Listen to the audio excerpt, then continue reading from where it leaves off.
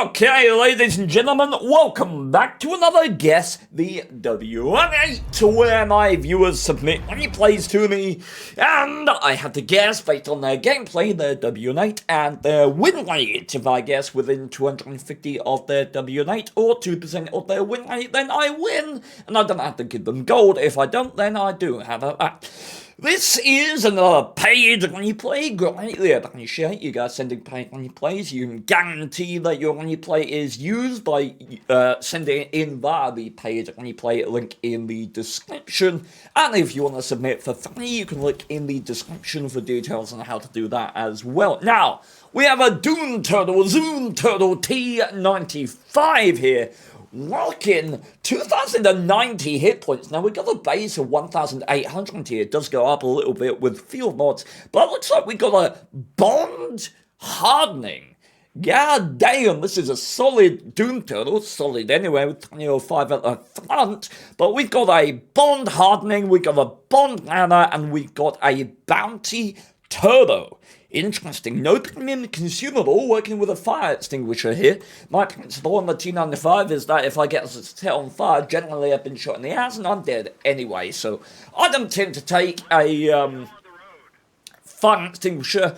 Back in the day, in the audio, let me just reset that. Back in the day, I used to always take two repair kits, a small and a large. But changes to repair kits. Now small kits repair all modules. So maybe there's an argument for a fire extinguisher or a premium consumable. 6 cents will go away once we get spotted here. Now, what can we talk about when it comes to the Doom Turtle? Well, it's not the slowest tank in the game. Believe it or not, the TOG 2 is the slowest tank in the game with a top speed of, I believe, 14 kilometers per hour. Ginger Fox, thank you very much for the sub, appreciate you. T95 here, after receiving some buffs to help it with the ever-evolving meta of the game, top speed of 20, reverse of 10.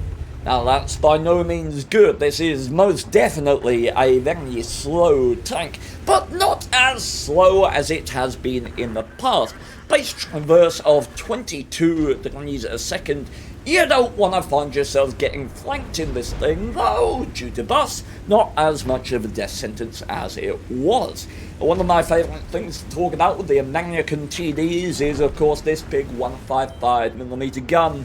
Opens up some overmatches that are not afforded to the 152s or the 150s. We got 750 alpha damage here, benefited by 256mm of pen with standard AP and 320 with APCR. You can see this gentleman, OP Market Garden, familiar name to me, trying to get himself stuck into the combat here. Somehow, that 277 manages to bounce that shot. That is amazing to me, that bounced from there. Look, that is the place that you shoot the T95 in the side. So many people are lax when they come to the T75. They're saying American tank side, right? And yes, that's good principles. American tank side armor is generally very weak, along with their ass armor. But the T95 has double layers of tracks, so when people just shoot here willy-nilly with all this spaced armor, they get into a lot of trouble. Instead, where you shoot is up to the top, where it's at 76. Oh no, it's 65. God damn, 63.5. Sorry, millimeters of armor. But yeah, you shoot here. So the fact that that 277 bounced in this location is astounding to me. We might get to talk about as well. I hope someone shoots him in the spot, but there's a really niche weakness on the front of the T95 if you don't want to shoot at the cupola. Maybe you've got like 200mm of pen, something like that. Look at that. Look at that. It's only on the left side of the T95. I covered this in one of my obscure weak spots videos. But on the left side of the T95, if it's facing you, you can get an angle on this. It's 120. It's 120. You can bend Death Star Hesh on that easily. See what it looks like in-game, because seriously, it's something you want to be aware of. Look look, you see that angle? You see that hidden behind these? So you want to aim, if you want to go for that weak spot, aim for these. And what you're going to end up doing is hitting this area of the cupola behind it, because these aren't actually modeled. You won't actually collide with them, right?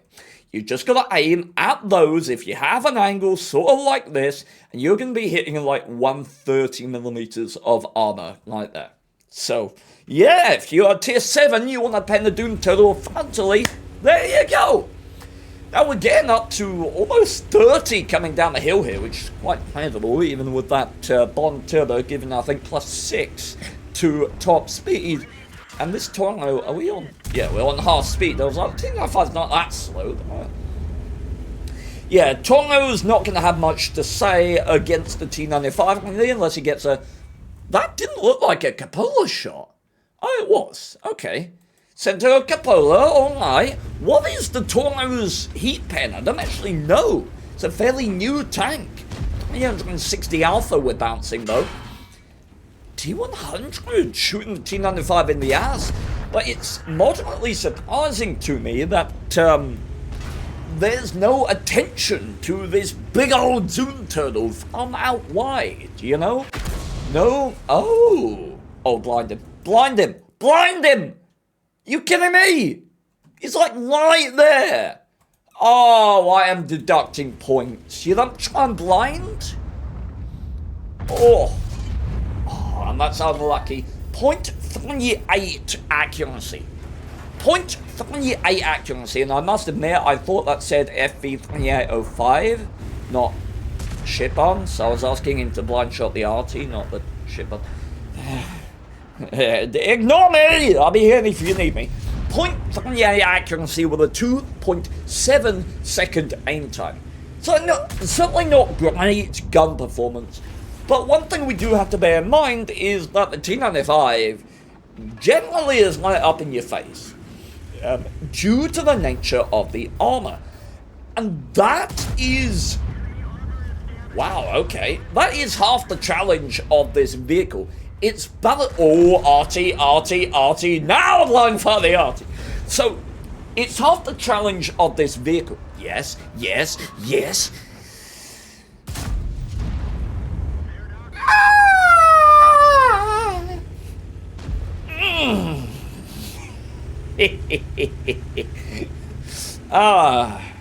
The hell was I talking about?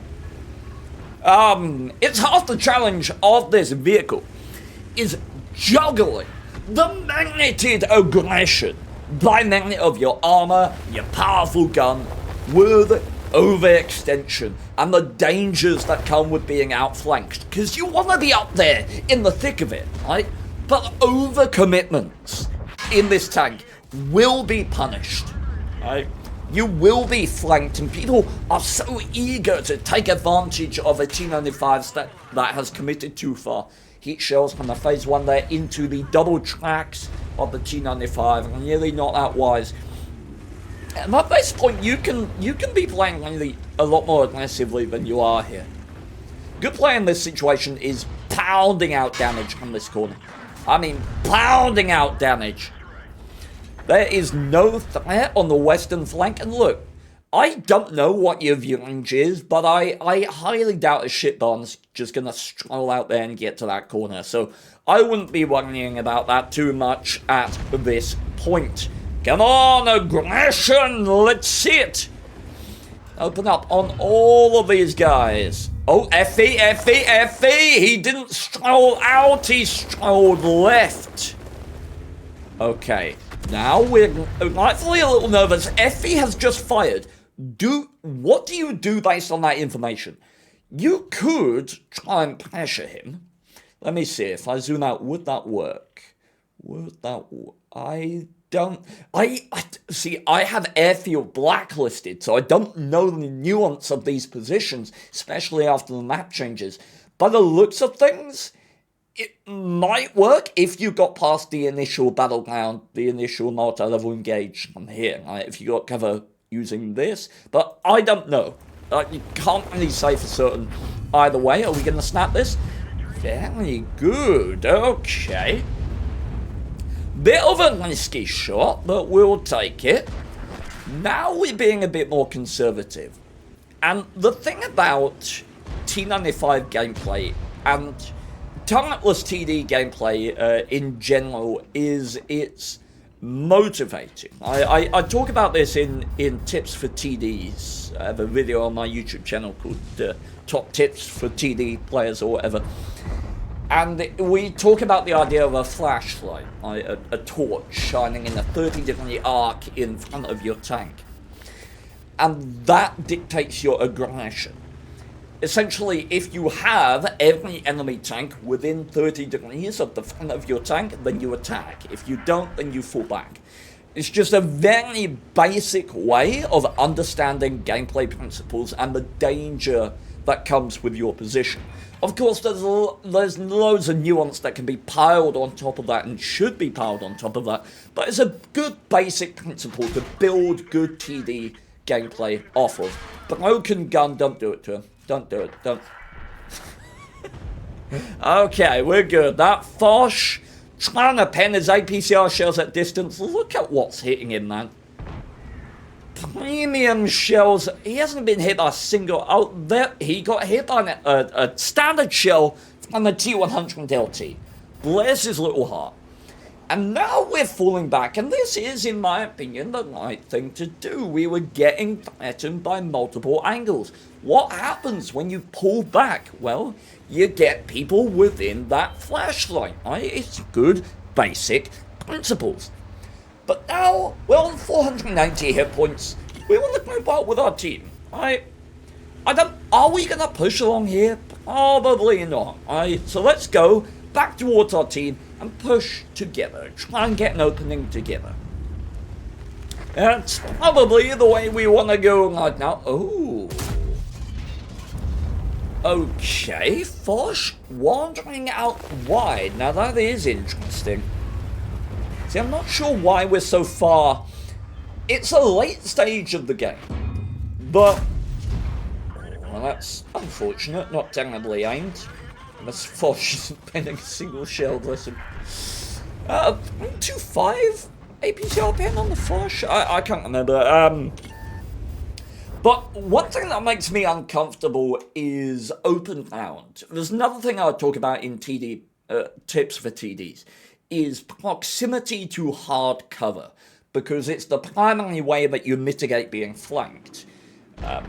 I generally say when people talk about equipment setups on the Doom Turtle and stuff like that, and they say, you should use Grouser's Turbo, you should use improved rotation so that you don't get flanked. And like, if you're getting flanked, one, improved rotation probably isn't going to save you in a T95. Two, you're bad. That's generally the case. Not always. There are times where you can't do anything about it. But as an example here, if we were engaging a T100 LT, just as a hypothetical, right, this position would be sincerely uncomfortable. We could come up here, or we could come up there. And that is because we are closer, right, to solid cover. And what solid cover does for you in a talentless TD is it means you can drive up towards it and you can turn with your ass against the wall. It is a principled defense against mobility when you do not have it. And that applies to every class of tank, but especially in talentless TDs. And that's why, you know, as we pulled out into the open here, there was a part of me that was just instinctually like, even at the end stage of the game. But let's see, what do we think, chat? It felt rather average. No huge missteps. The missteps that were present were based on absence of sort of the hunger that is prevalent in people who are getting their stats slightly into the upper echelon. The lack of recognition that we had no reason for about a good minute and a half there to not be playing really aggressively on this corner. Phase 1 should have gone down sooner, should have been pressuring all of these guys.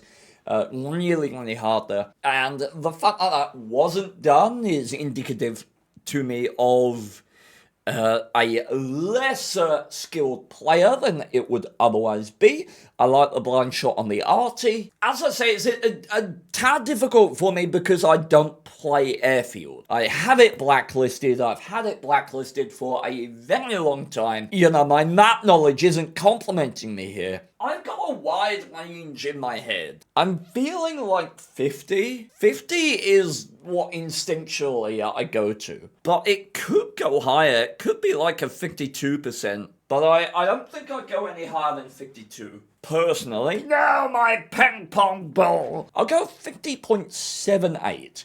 50.78 wins, 1,432. Oh, there he is. Okay, let's see. Ooh, 53. I was pretty damn on the money with regards to the WN8. The overall is a lot harder than I thought. A lot harder than I thought. Doing well recently. Nice. Okay. I don't know how to say this. Next up, we have a vehicle. Okay, ladies and gentlemen, on to the second game. It's another paid replay. Otherwise, I probably wouldn't be subjecting myself to this, but we knew it would happen eventually. Ladies and gentlemen, this game is played in a elephant. Oh, an endangered species that I wish would just go extinct already. The LeFH, the 105 LeFH is a blight on the game. It's like 6.45 amps per minute. It's like 8.9 second base reload. I mean, one of the most ridiculous stats on any tank in the game is actually the 390 meters of view range that this thing has. 390, that is better than any other tier 5 tank in the entire game. This tank is either equal to or better than any other scout that it plays the game with in terms of view range.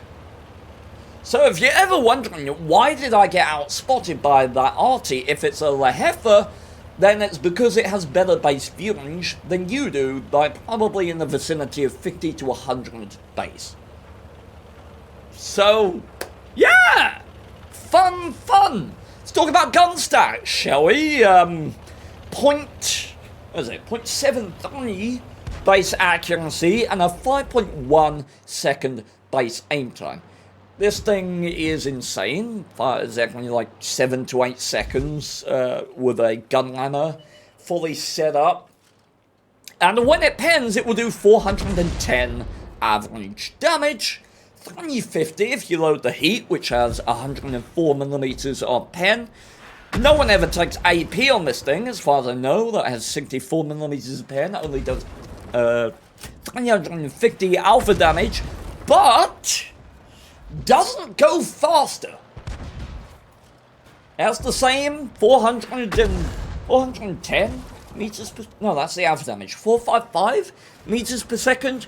Shell travel time as both the HE and the heat. It's just the same travel time. You just lose pen and you lose alpha damage with no advantage other than like 13 more pen or whatever. So really not surprising that no one fires that. We just stick with the HE with 54mm of pen for 450 alpha damage. Or if we want to bully some heavies, we go with the heat with 104. Speaking of some heavies, hello T1 heavy. Now the thing about the LeFH is it's in that isolated and, thank God, largely protected class of artillery that will perma-track you.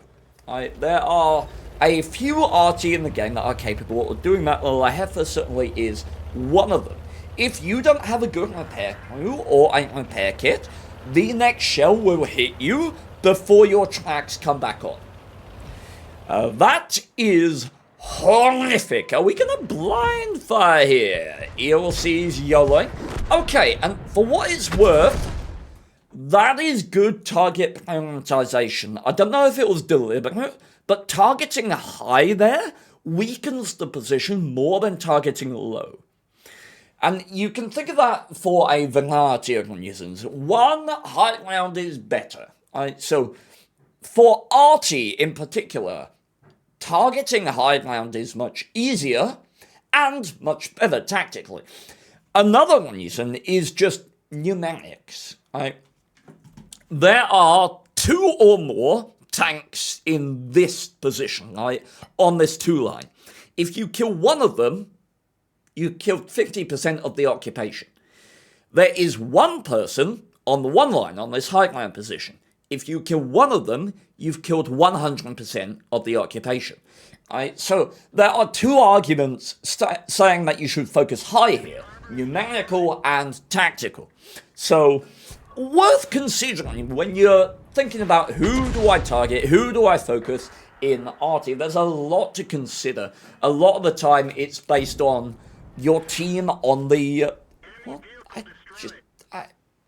that was a bot, thank God.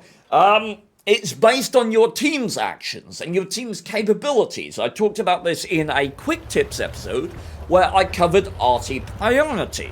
I was talking about how it's not always best to shoot the lower hit point tank if there are tanks on your team with alpha damage that will one-shot them anyway. If I can remember, I will link to that video. It had some nice animations explaining it as well, one of my Blender projects. But yeah, it's worth considering the myriad principles that occur or that apply, and here we go, this guy's permanent. That apply. Oh, and looks like he managed to get out of there. Good for him. That apply when you are considering your targets in a LeFH. That's a poor shot. Shell travel time of this thing is moderately substantial. Won't be the same expanse as like an FV304 or something like that, but it's worth noting. Oh, and what are we gonna do? Honestly, you could YOLO up the... Wow. You could YOLO up the 2 line right now. You most certainly could. Don't hit this shot. It's getting less filthy now. That should hit. Boop! Okay, so yeah, you can... Now, the cannonading and the speed of the LeFH are not good. It's got bad cannon, it's got a top speed of 28 kilometers per hour.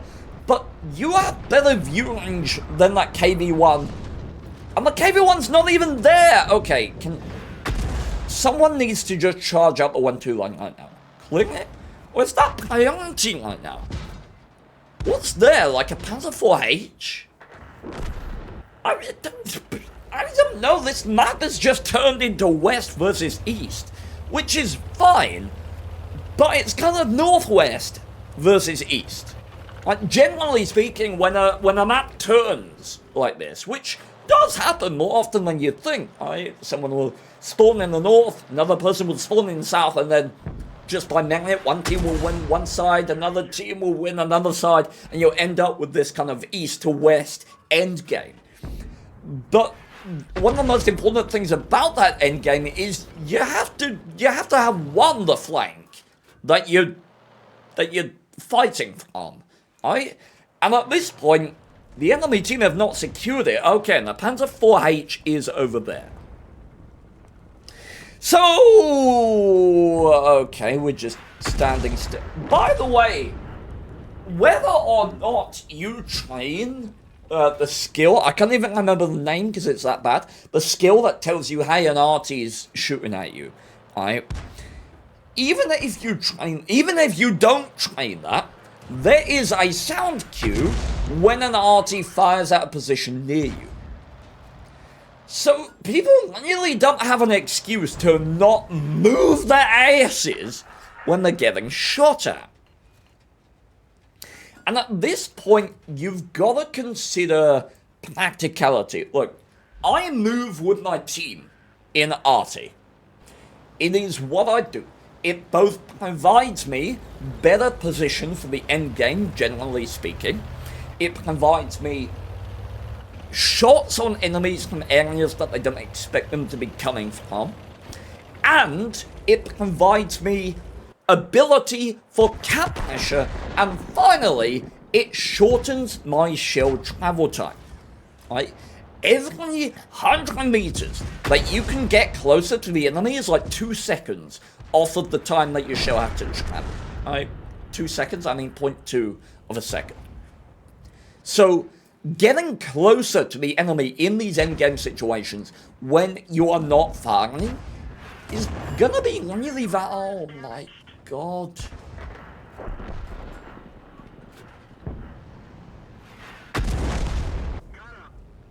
It's just like, what recourse do you have as a heavy tank? It's just like just shell comes out that can do 410 damage every 9 seconds or less. It's ludicrous. Ooh, I don't know if that hard stop was delivering it, but I like it regardless. Okay, come on. It's just so filthy, man. It's such filthy. And, yep. Spotting the Panzer IV. Yes, die. Die. You're gonna reload. God damn it, he didn't die. Surely Artie kills him.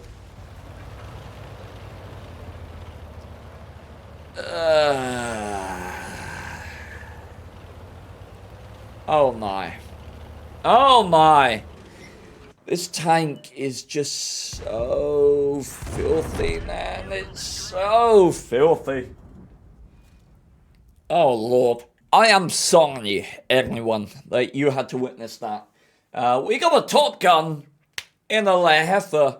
I'm gonna say 52.69 and 1,690. I would make arguments for or against, but what literally is the point? And isn't that an argument against Artie? Is it not? Is it not an argument against Artie being good? Or Artie being a well-made class?